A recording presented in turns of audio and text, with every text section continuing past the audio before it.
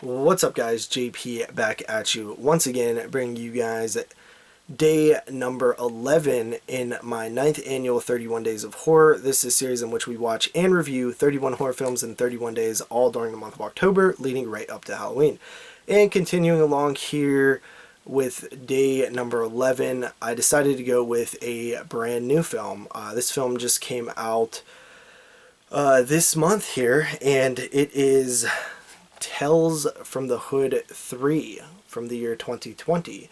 I picked this up at Walmart for $10. It is the DVD version. They did not have the Blu-ray, which bummed me out, especially because I own the first two Tales from the Hood films on Blu-ray. That kills my OCD, but the Blu-ray seemed a little bit hard to get, and it's kind of actually pricey. I don't think they produced as much copies as they did the DVD, so what the hell, I just went with the DVD.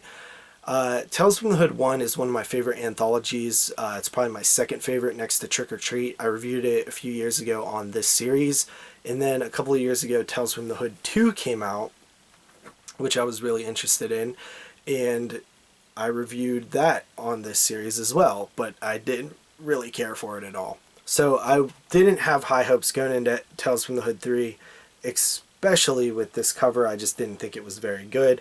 It does have Tony Todd in it. Of course, it is written and directed by Rusty Cundiff and Darren Scott, who did, I know Rusty did the first one and the second one.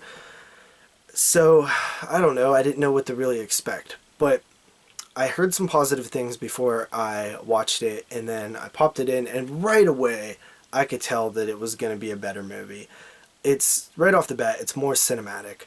There are 4 stories with a wraparound segment. Tony Todd is featured in the wraparound segment.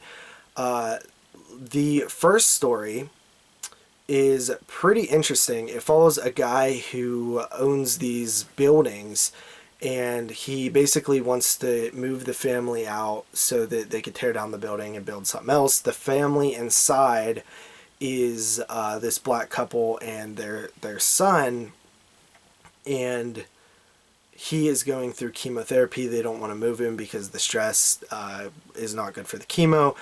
So this man hires a kind of a bum, or a weirdo at least, to burn down the building, hopefully, and safely, with the family not being burned up. There's a mistake. The family gets burned up. He's haunted by him. Pretty good segment. There's actually some good jump scares in here. I thought that it was, pretty dang, I was like, damn, this is kind of messed up. You know what I mean? What happens to this family? And that was a little unfortunate there with that. But yeah, pretty good segment. Maybe the best segment in the story. The second segment follows a racist white dude, like a, right-wing extremist who hosts some sort of radio station in what seems to be like a survival bunker.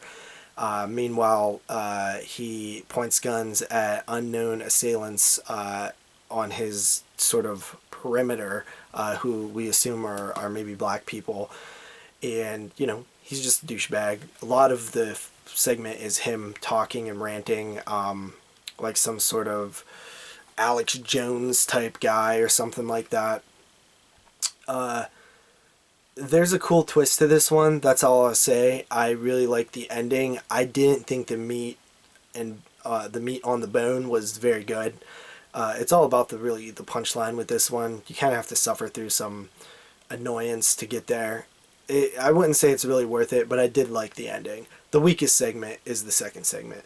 The third segment follows a singer who befriends an older lady who used to sing opera, as sort of a companion. She is basically hired to keep her company, but the older woman really gets on the younger woman's nerves. Her boyfriend says, maybe we should kill her because she has a lot of money and we could get really rich doing this. Leave it off there. I really liked this segment. I thought it was good. It might drag a little bit, considering there's not a whole lot that happens besides build up, and then the ending, which is where the good stuff is. So I would say that one might be a little bit too long.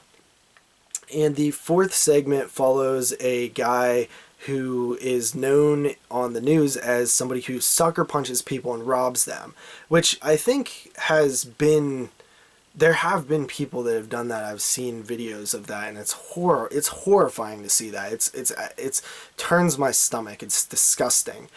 But he basically steals someone's shoes, and it's basically like now you have to walk a mile in that person's shoes type thing, but with a little twist.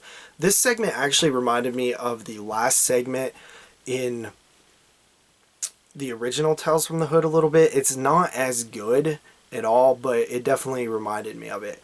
So that's kind of all the stories there. The wraparound follows Tony Todd walking with this girl who's telling him stories, this little girl. I thought that the wraparound was pretty crap, honestly.